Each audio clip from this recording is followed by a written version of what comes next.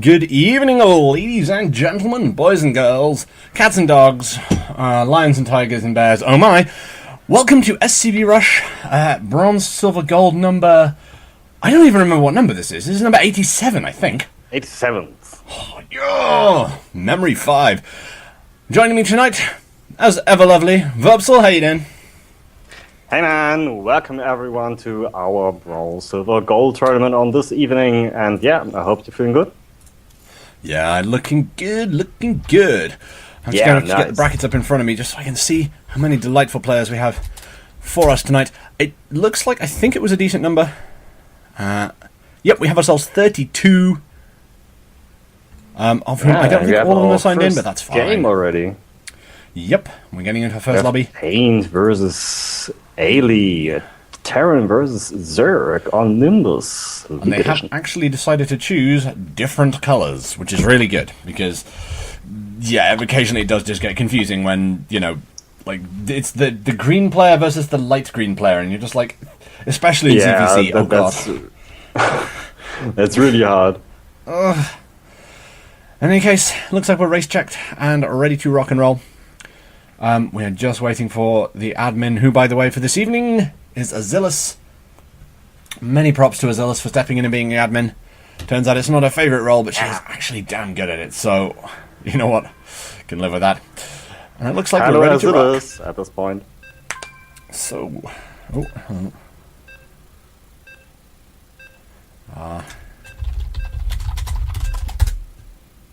So one of the players Nimbus, a bit nervous. What do you think? On this Nimbus, map? what do you think? It's one of those things where if you're going to go Nexus or Hatch or CC first, this is one of the safer maps to do it on, I think. Because you're not putting anything further forward. And it is a 4-player map, it's fairly big. It is possible to discover your opponent relatively quickly, but most of the time I don't think we're going to see that. I think we're going to see some fairly macro-oriented play on this map, just because your natural's actually safer than your main. So it makes a certain amount of sense. As it happens, though, let's get into this one, because in the bottom... Oh, good. That's not good. StarCraft's not showing up. See if we can get StarCraft to show. Yes, we can. In the bottom left-hand corner of Nimbus Ladder Edition, playing for Team Eternal Esports Organization. That's ETL. This is Aily. And on the top right-hand corner, we have our yellow Terran player. We have playing for DSGN. We have Paint. And I happen to know, without even looking, that DSGN stands for Double Dutch Dragons. Double Dutch Dragons? Yep. Oh, the reason we know this is because, actually, this clan has been a fairly regular feature in pretty much every tournament we've done recently. There's been DSGN players in this for actual years now. It's pretty damn shiny. In any case, I'm just checking that the stream has gone live. It has. We're all looking very sexy. And, yeah, fairly standard stuff from both players at this point. Again, I'm fairly certain we're going to see at least one... oh, no, we're not going to see out of our Terran player. Oh, interesting. Our Terran player is scooting across the map just to see Watchtower, one base, and then going to presumably wander around from there. Interesting choice, though. Oh, I see. I have a feeling that was a... Is there an Overlord in range? For Aily. Okay. Yep, there we go. It makes sense for Zoe to go hatch first on this map because it's big enough that the Reapers can't get to you in time. And yeah, with the Reaper opening for Paint. Now, on this map, it's really great because the map is so big, and with the Reaper, we have a really nice scout option. Yep. Actually, interestingly enough, the Reaper is a good scout option for the speed, but it can only get into these bases at one place. Which is basically, if we're looking at Aily's main, it's to the right of his main, and that is the only place that the Reapers can jump up. Which, interestingly enough, Worker can do just as well, but it is interesting to note, not necessarily in this matchup, but at least in TVT, that Reapers aren't a great choice there because they can just be shot from the cliff. Aily, on the other hand, has worked out where his opponent is not. A little bit. Maybe there could be an OCC, but we'll see. Not yet. He checked out the top left-hand position, and so now he didn't know where Paint is right now. So, okay. But... Yep, we're seeing Reaper coming out. But yeah, okay, you see the SCV is running into the middle of the map, and he sees the Reaper. Yeah. And at this point, the thing is, the longer he can keep the Reaper away, the more time the Queens have to come out. And they might not be out when the Reaper arrives, but they should be out before it does any significant damage. But I don't think that the Reaper should deal so much damage to Aily. It's strange, though, because like my experience of Reapers when they were first made, when they were first created, was these things can wreck your whole life if you're not careful. But nowadays it feels much more like they're just there as harassment and vague damage, but not a massive thing. Oh, the first drone kill. And Ling's coming down. But the Reaper is dead, and only one drone kill, yeah. I have to say that wasn't worth it. Yeah, it was really, really nice for Aily. He lost only one probe, and the Reaper is dead. The interesting thing there, the really key thing there, is that Paint didn't scout the gas. He did now, but until that scan, he did not know that his opponent was going gasless expand. So he knows about this. Knows about the Lings, though. Good God, our worker's dead. Die, SCV, die. The thing is, there's not enough gas for Aily and the Roach Warren as well. Ooh, nice. And more drones.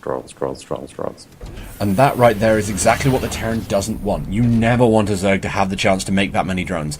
You want to be able to go, stop that, make Lings instead. But... And you want to stop this Zerg so fast as possible. Yeah. Well, that's the thing, like, because of the way the Zerg mechanics work, it actually benefits you more just to force them to make units, to force them to make something that isn't drones. And that will basically damage their economy just by forcing them to do that. But, unfortunately, our Terran player hasn't been able to, and Aily's been able to establish a third base.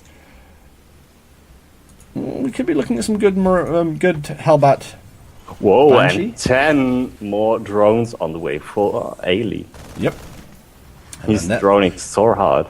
And yeah, he knows there are Hellions on the way, so yeah, okay, you can know it if you see the Reaper. The Hellions are the next logical decision. The interesting thing for me at this point is that Aily knows that there are no Hellions at the front. Or he knows that there's one Hellion at the front, maybe. But that gives him a time frame. That gives him... Because it'll take... You never attack with just 2 Hellions. They never do anything at all. You attack with either 4 or 6, which gives him a build time of Hellion and a time for crossing the map. And then he's got the vision, so he's actually really safe here. There is nothing that a Terran player can do to him quickly and easily that he won't see coming from a mile away. And there's the Baneling nest. Yeah. So he's going to be a Baneling Roach attack. And you know what's really, really scary for a Terran player? Your opponent having double your Baneling supply. Roach attack.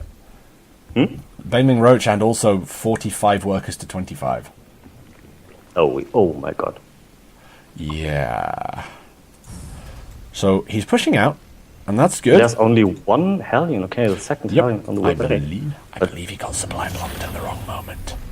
Just a little supply block right there. The thing is, because he's done that now, Aily has a production cycle for free.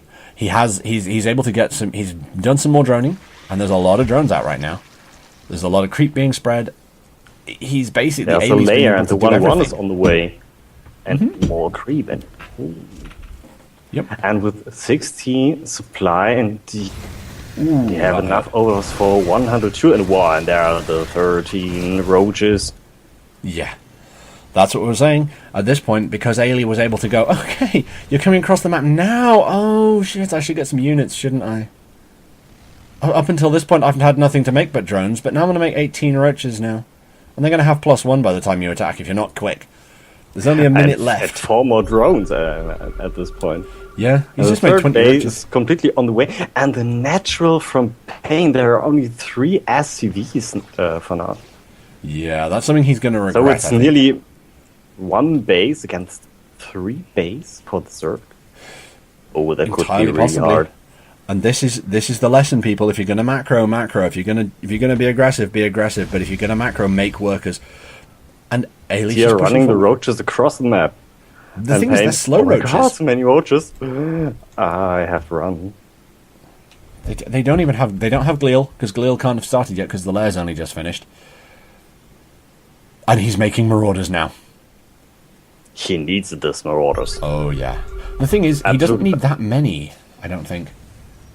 4 or 5 should be able to help him quite a lot, as long as he can tank with Marines and Hellions.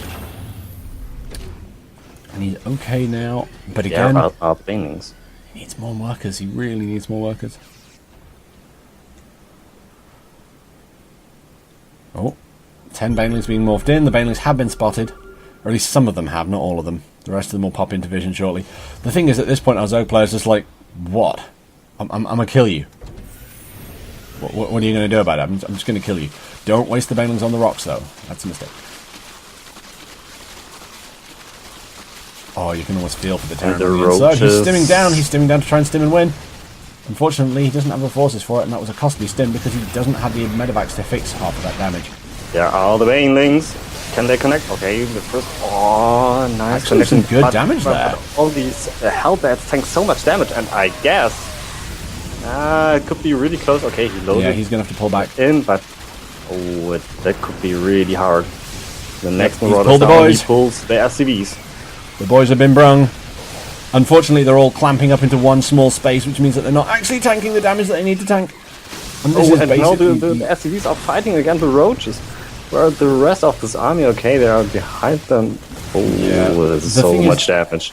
The thing is, there was a time and a place for an SCV pull that would have basically stopped this. Yeah. But unfortunately, he doesn't have the SCV count to afford this. He can't afford to do this because he doesn't have the SCVs to pull and to get the income up from Now later. the front is completely open. And more Roaches are joining this party. Well, the thing is, I think the Terran player might be able to hold this just about, but he's going to need to keep his production up, and he doesn't have the worker supply anymore. He's pulled all the drones again.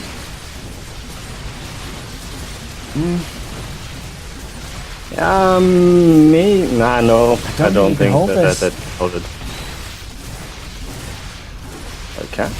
Oh, wow, he's actually... Yeah, the Roaches are focusing on buildings rather than killing him. The thing is, the Zerg can just max out his production at this point and just be like, what? I've got more. Dude, I have more forces than you. He survived for now, but the next attack will kill him. Yeah, There are more well, Zerglings. When the and Zerg has more Roaches. Roaches than you have anything at all. And now, hey man, here I'm again. And there's a GG for the first game, and Aily takes it. Yep. A convincing win by Aily. I have to admit, if there was anything that Paint could have done differently in that game, there's one thing. You know how there's always that one thing you want to fix in a game? Workers. Yeah,